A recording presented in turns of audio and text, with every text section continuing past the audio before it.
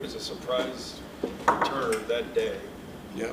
Was there anything about that led to the touchdown, or is it just the missed block somewhere? No, we need to cover better inside. Yeah, we just need to cover better. And since you were Frank Ross, the special teams coach, Yep. worked on you, Yeah, he was my assistant for 3 years in Indy. so there's a protocol that you guys talked afterwards, and did he give you any crap or anything? Yeah, and no. We talked after the game, but yeah. Going into this, go ahead, Tom. Kevin said that Dustin has made some progress. Has he been able to kick at all? That's part of the rehab process. He's going through that now, and we're hoping that, not sure how it'll look. Probably, like Kevin said, probably unlikely this week, and we'll just see how it goes moving forward. But yeah, I'm sure he's implemented that into the rehab. What about Riley? Why do you feel so confident with Riley heading into this game? Thought it was a good option. I thought he was, to have a guy that has had experience. He's actually hit a pretty high percentage in his career, and he has playoff experience. Last year he actually hit a game winner against, I think it was the Chargers in the first round of the playoffs. So he's done a good job. Why does he prefer the right hash on PATs? Just personal preference, I guess. Yeah. Game winner. How much confidence does that give you as a coach that this guy's been there before if it comes to that? Yeah, I think that, anytime you're in those situations, it's good to have experience, but ultimately, what you've done in the past doesn't matter. So, every game's different, every rep's different, every kick's different. So, the playoffs aren't about experience, it's about execution on that day. So, you see a lot of, would you like to have a lot of veteran players that have been there? Yeah, but that's not the case. It's about who's going to execute that day on that rep. Bubba, how good was it to get Corey back last week and get one more game in before the playoffs? And how do you think he did? He did a nice job. He hit the ball well.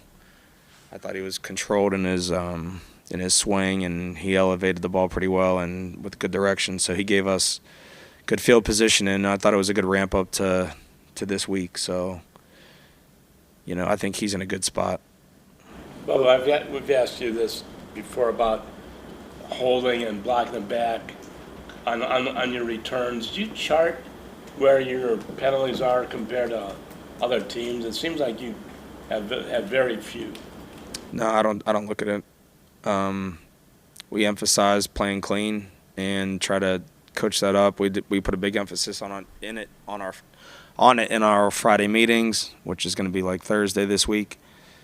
And I think the players understand how the game's being officiated, so try to just always review and go over, how those calls are being made. So try to play clean in those return phases.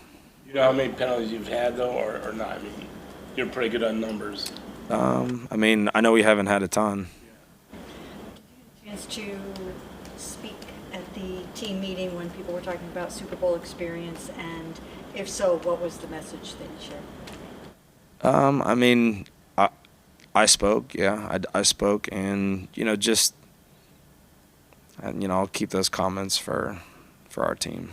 What was that meaning like? Can you, or do you not want to share? It seemed like the players felt it was very inspirational. Well, yeah, I felt like they probably weren't supposed to elaborate on that with you guys. That was a team, tight knit thing. So I'll keep my comments to myself on that. Bubba, Pierre's obviously dealing with the back. Having James as kind of the fallback as the backup, how much does that kind of put you at ease if Pierre isn't able to go this week? Yeah, other guys have done it too that are on the roster, and Jerome was our kick returner to start the season, so we have options. In terms of the execution, you said that's the big key factor for the playoffs. Does your philosophy and messaging change at all being into the playoffs? Does it intensify, or is it just business as usual for you as a coach? No, I treat every game the same way, and I think that's a big thing with the playoffs. You can't treat these games like they're any different than the next. And I would say your heightened awareness to certain situations may be greater just because of the magnitude and the stakes. But if you're trying to do like a player trying to do too much or not play within the scheme is not the answer. So I think it comes down to fundamentals and technique, and playing sound, disciplined football is what's going to win games in the playoffs. Were your special teams shuffled up a lot in Cincinnati because of all that? Well, you see a lot of guys that were up for the game and dressed didn't participate in the game, so it puts a lot of stress on the players that are actually playing on defense and offense because they have to do double duty. So those guys are definitely gassed on our punts and on our kickoffs and kick returns. So you used your core guys. There's no one else to use, So, and we told those guys in that game, don't look over your shoulder because there's no one else to put in. So, I've been there before, and that's not a fun place to be. And I called those guys during the game. I said, "You guys are warriors." I said, "This is not easy to do," and that's why, football is a team game, and those guys, credit to those guys for being selfless players. I mean, for us to be able to not play certain players last week is a credit to the back end roster guys, and they definitely haven't been given enough credit, and I think that they deserve it. I know you said you treat every game the same. What other lessons that you've learned from your time in the playoffs that you're trying to pass down to the guys? Definitely, yeah. Do your job. Do your job, right? Don't try to do too much. Do your job and trust that your teammate's going to do his job. The more you can play collectively as a group, per unit, and then I would say complementary football with the kicking game and offense and defense. The more positives you can have in that, the better the results are going to be. Can't have self-inflicted wounds. Can't have penalties. Got to protect the football. That's on there in the return game and on offense. So I think that's important. Just don't try to do too much. Play within the scheme. I want to go back to my question about Patterson preferring the right hash. Is that unusual? I don't think so. There's a number of kickers that have hit their PATs from certain hashes. I'm trying to think of who I was watching recently. But no, I think it's just preference, honestly. It's just preference. Some guys will for a game winner, you may prefer right or left. Some guys will say, hey, I want it on the left hash, or I want it on the right, depending on what, if we were playing outside. The wind is always a factor. I remember going against Chicago. Against Chicago, we wanted, from what I remember, we wanted the right hash because of what the wind was doing, so. They missed the second PAT from the right hash. They missed right, and they didn't change after that. They made everyone after that. I actually asked him after that. I said, "Are you sure you're good for the right hash?" And he's like, "Yeah, I'm good." I'm like, "Okay." I feel like the thing with specialists too is have them in their comfort zone, right? You don't want to take them out of their comfort zone. However they're comfortable, and that goes with their weekly routine and everything as well. So I think as long as those guys are comfortable and put them in the best mindset possible, it gives you every opportunity to execute. Going back to getting Corey back, is that helpful for Riley, kind of as he's acclimated to the team, to have Corey who's been around and been in his position, if they can build on each other? That was a big thing for me last week is ideally you'd like to have Corey at the game more for the holding factor. I think that it was good that we actually had him out there in case Dustin wouldn't be able to go this week. So at least we have a game, a warm-up, pre-game with those guys, and then obviously they'll work together this week in practice.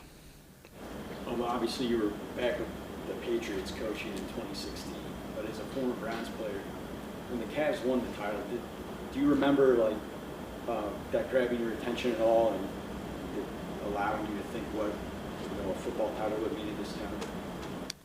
Yeah, it's special. It is. It's to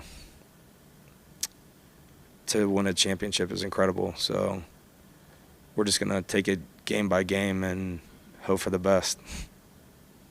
You remember do you remember watching any of that, just like the parade, or do you remember thinking about I mean, I remember when they won it. I don't have a ton of recollection as far as like the celebration to it and all that. I know that this city would go nuts. And, you know, I'm worried honestly about winning this game this week. But, you know, everyone wants what you're talking about. But I think right now our sole focus is winning this game against Houston and doing everything we can to prepare ourselves and our players to do so. Thanks.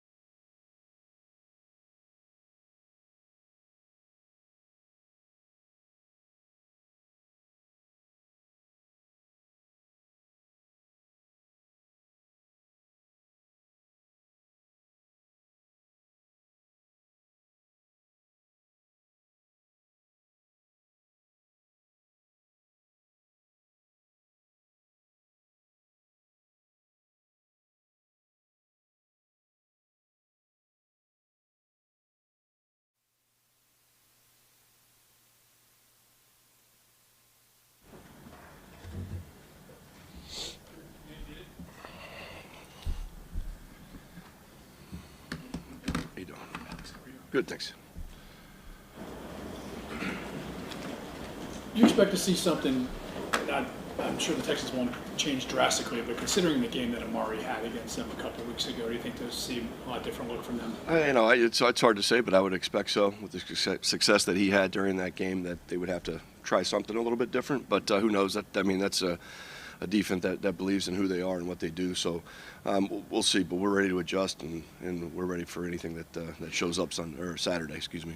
How tough is it to be on either side of the ball? If you've done something all year long, are you major mad then to try to change something just for a playoff game or a specific matchup? Yeah, it's always hard. I mean, you are who you are to your core. You have your core beliefs in your system, and you hang your hat on those. So we'll see. Alex, they had so many key defensive guys for them out last game, so how much of an impact is that, like knowing you're going to have to see like Anderson, a Grenard more this time around? Yeah, definitely. I mean, those are great players for him. We didn't see Grenard last time. He left early in that game. But we know what he brings. His productivity has been outstanding this year. And Anderson's an extremely talented pass rusher as well. Their strength is up front in their D-line, we feel, and that's a good challenge. So we hope they're healthy. We hope we get them at their best. What's going on at the backup quarterback position? Is there an audition still continuing?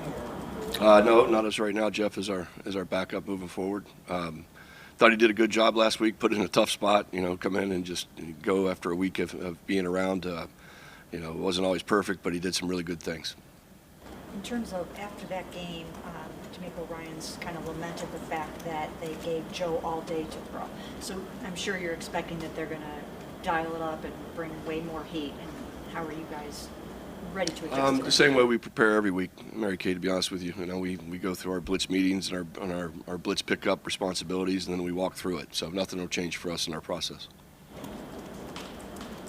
And I know Elijah Moore got on the field in Cincinnati a little bit, but how's he look? Has he looked back to normal? Yeah, he looks good. He looks really good. I thought yesterday, even in the walkthrough, he's twitchy and he's coming out of breaks, and we had to slow him down a little bit. So excited to see a healthy Elijah out there. Elijah went through a lot of the season, not struggling, but just not producing. Did you guys have to talk at any time, or did you just feel confident that when the right time came, that he would still be able to? Oh, he'll definitely help us. He has all year. Doesn't always get a ton of throws throughout the course of a game, but he's definitely on the guys that we try to get the ball to. There's no doubt about that. So that's just the way it's going. He's going to make big plays for us, all the way through. He's been a true professional all the way through. He works as hard as anybody, in the classroom and on the field, so he's deserving for sure. How much has Joe Flacco's ability to throw downfield allowed you to adjust your game planning to take advantage of that? Oh, yeah, well, we'll try to push it at all three levels of the field. There's no question. We're going to make him defend the whole field, and, his ability to throw accurately down the field helps us in that regard. Some bursts in the run game, but it's kind of been up and down this season since Nick went down. Just where's your confidence level with that, and what are you hoping to get? No, I feel good about our run game, and it hasn't been as productive, as the past run games. But at the same time, this is playoff football. You got to run the ball to win in these games, and I think we're healthier up front than we have been in a while, thanks to last week. And we didn't run it as well as we wanted to last time against this group, so it's a big challenge for us, and we've addressed it. Talk about their edge rushers. How have you seen Jerron and James get better in the last month or so when they've been in there, and just how do you think they played for? No, I think they've been great. I really do. I'm really proud of those guys. James played really well last few weeks. Jerron's playing well.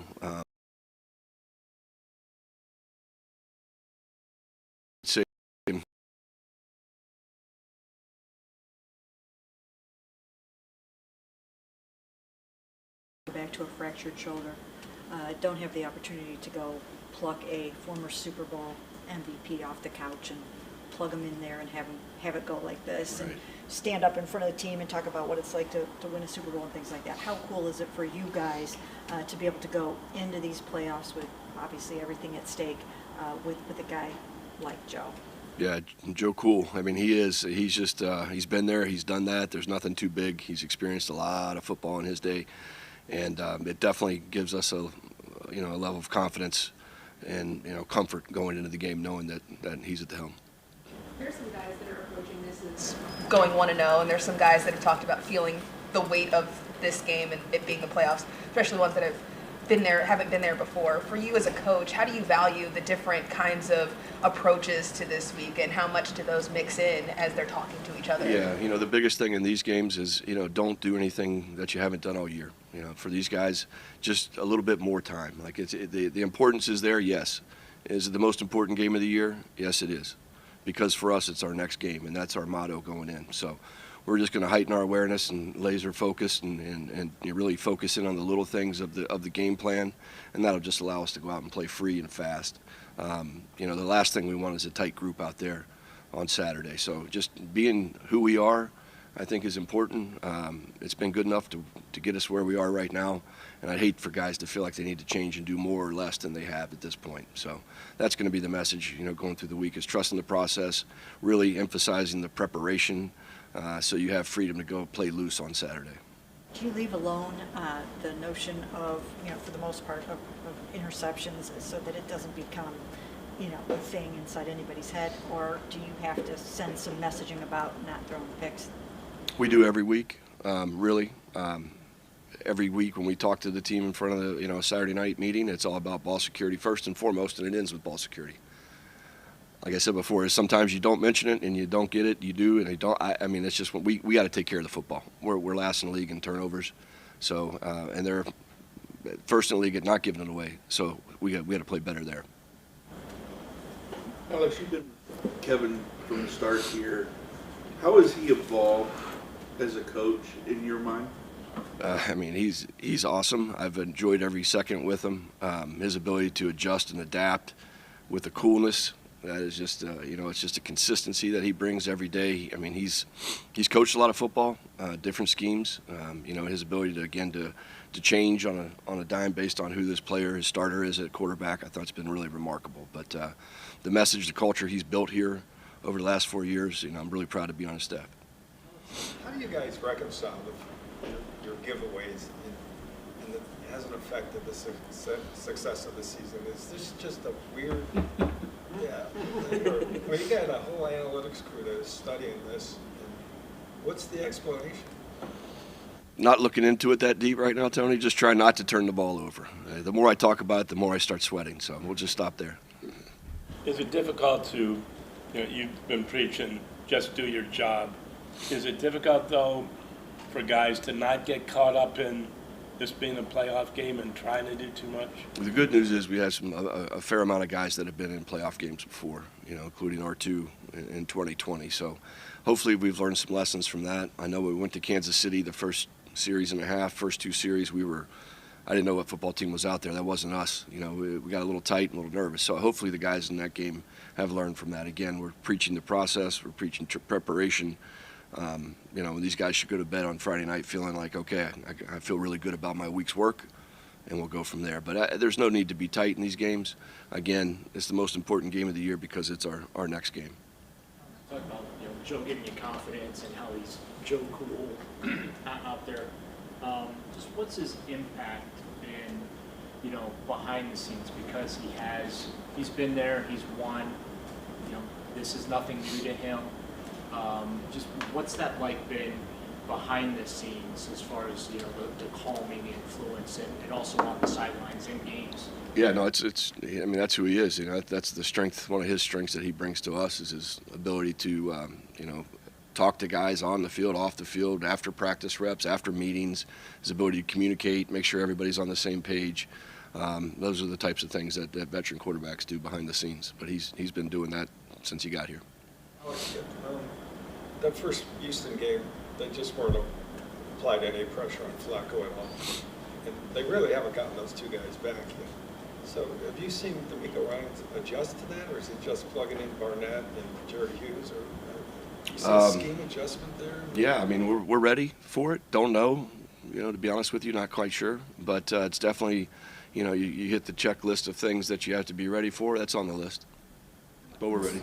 Sorry, how about your uncertainty at the receiver position? A little bit was said, and maybe Marquise, and How do you feel just about heading in?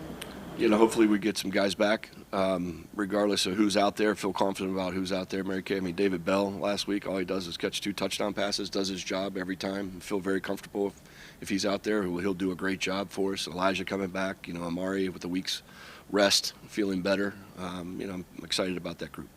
When you guys got here in 2020, focus was obviously on sort of just changing the culture and establishing a winning culture and all that. And you make the playoffs that first year, you go 2 years without it. Just how much more does it feel like that culture change and the message has just kind of gotten through to get you to the point now where you're making it the second time in 4 years? Yeah, you know, I think that's a big part of who we are in this building. You know, that locker room is a really, really tight, connected locker room. You know, the great teams that I've been fortunate enough to be around or on, that's the same feeling I get from this group. You know, they love to play for each other. You know, they really love to play for the man to the right and the left of them. That's all that matters, the trust that they have in each other. That culture has been built here now for 4 years. You can feel it this year. You know, to talk about David Njoku, I think I read one of his articles where he said, as soon as I put the team in front of me, I became a better player. And I see that through a lot of players on this team. And I love the way that these guys fight and scratch and claw for each other every week. All righty, thank you. Thank you.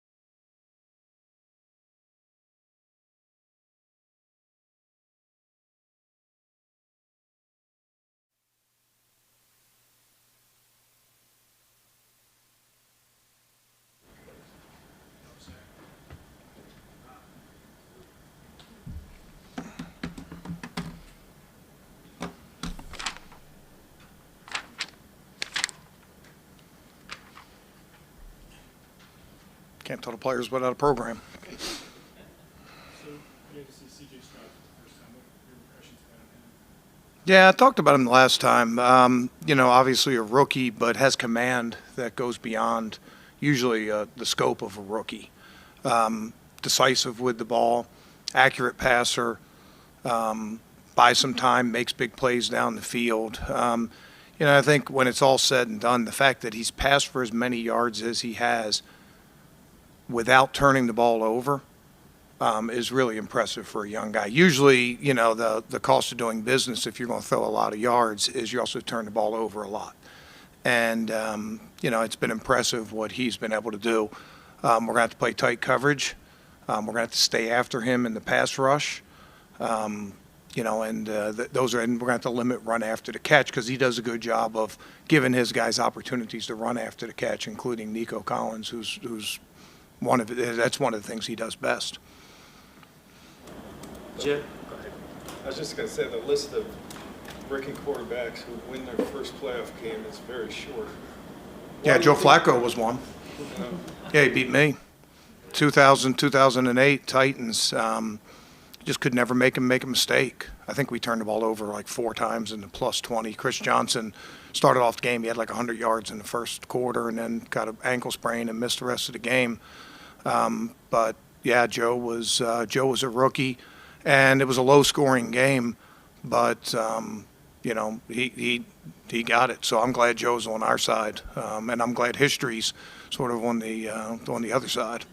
Years in the league, do you feel the pressure of a playoff game affects rookies? I don't know. I'm sure it just depends on the guy. I can't speak for him.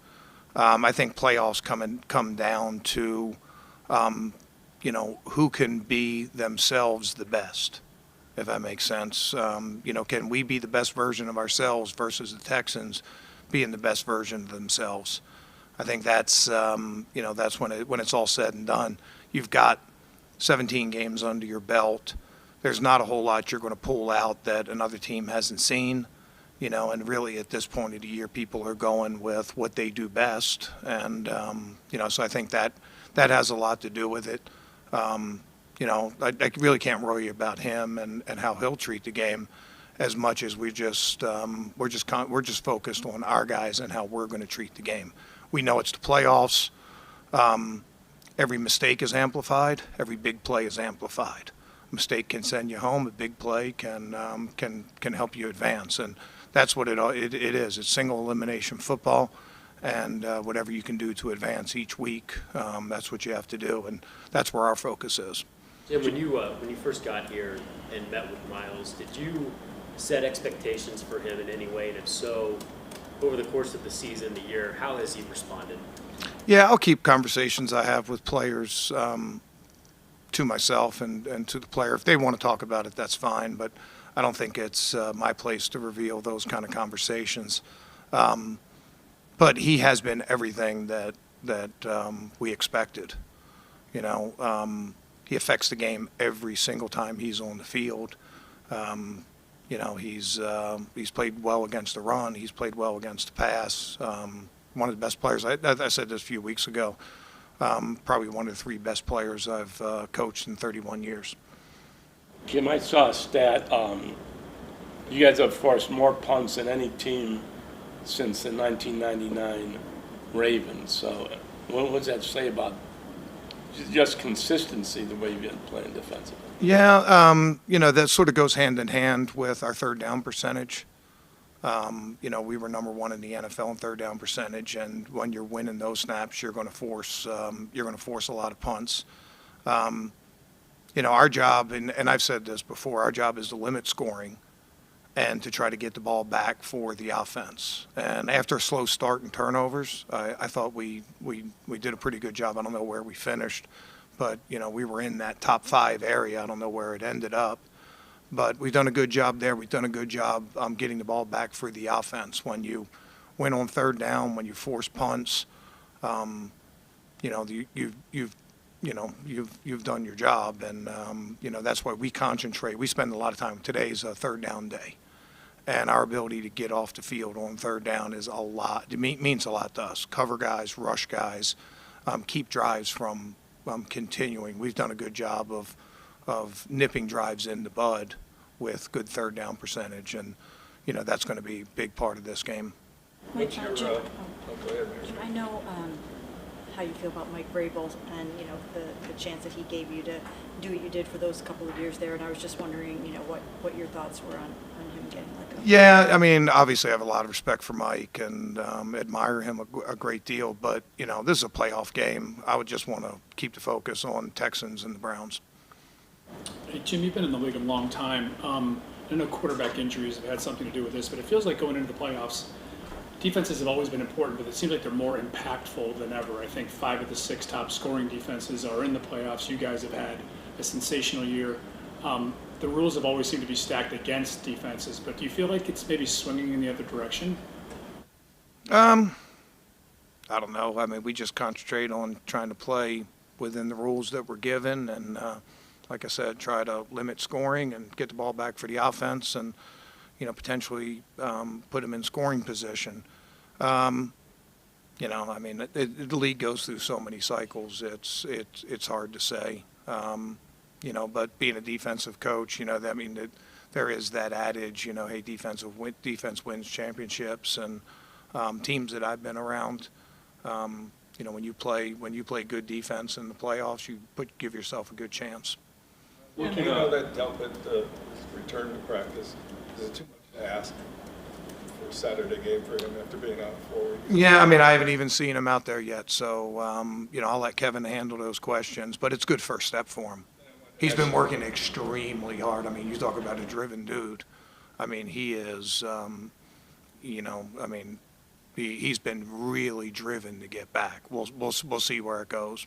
And with Thornhill missing time also during that time, how have the Hickman and Anthony Bell and even Harmon done? Yeah, I can't say enough good things about those guys. They were 4 or 5 and not on the depth chart at the beginning of the year. And they've come in and, played really good football for us. And I mentioned this before about Ronnie, a little bit talking about C.J. Stroud. Usually when you're rookies, they're sort of, they can do their job, but they need somebody to tell them what to do or somebody else to make the calls. When Juan was down, when Grant was down, Ronnie really became the glue of our secondary and communicated as good, if not better, than any rookie safety I've been around. And I think that's, he's made plays. He's tackled well for us, overlapped in the passing game. D. Bell's made a lot of big plays for us. And Harmon had an interception against these guys. He's given us that, that veteran steadiness that we lost with Rodney McLeod. But, having lost our top 3 safeties for significant portions, the game doesn't care. Playoffs don't care who's playing. So those guys have stepped up and, have been able to do their job in our scheme. Did you see Obo come back, and did he show you enough against Cincinnati that you think he can be a viable part of this rotation? Yeah, we just wanted to get him going a little bit in that game, just sort of pick and choose our spots, but he's certainly in the mix. And, if he can give us some good pass rushes, give us some good snaps, that'll go a long way. Keep some of the other guys fresh, but, he's been a big part of our third down success. And we've missed him over these last 5 weeks, whatever it's been, 4 weeks, 5 weeks. I can't keep track of time now, but it was good to see him back out there. He brings a lot of energy to the practice field, and I'm confident he can make some plays on Sunday. To go back to the safeties, I know Rodney obviously hasn't been able to play, but the fact that he's stuck around here and rehabbed, how crucial has he been to bring those younger guys and Duran around when he got here, and just now that you guys are in this critical stretch here? Yeah, he's found a way to contribute even without being on the field. And, I could be here for a month talking about the respect that I have for Rodney. He wore the helmet for me, 2 different teams. And another guy that I just totally respect and admire.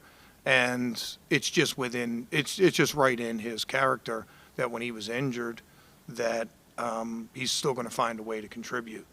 Anthony Walker has done the same thing for us. And, he had to miss some time, but he's back in our building now. All those guys have stayed close. Mo Hurst has stayed close. They're all veteran guys, and they realize that their contribution to the team doesn't begin and end, or doesn't end with the game field or the practice field. They've been able to find a way to contribute, and, our success has a lot to do with that.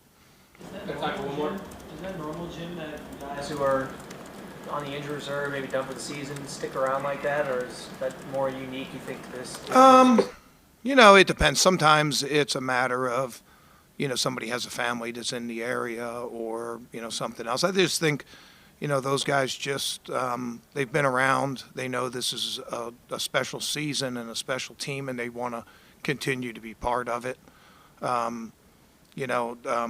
A couple days ago, I was telling the team some of the similarities I saw between our team in 2017 with the Eagles, and probably the biggest one is how much the players enjoy each other.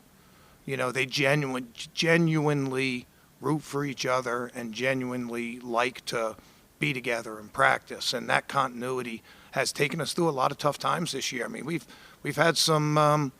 We've had some things, put in our way over the course of the year. But, you don't see the frustration show on the field. You don't see guys throwing helmets or, yelling at each other, or you don't see the jealousy, or you don't see finger pointing. And, that was probably the thing that stood out the most between, like, our team and where we've been. A lot of people have made, thing of, lost a starting quarterback and veteran replaces him and multiple injuries and, things like that. But I just say our team genuinely has fun together.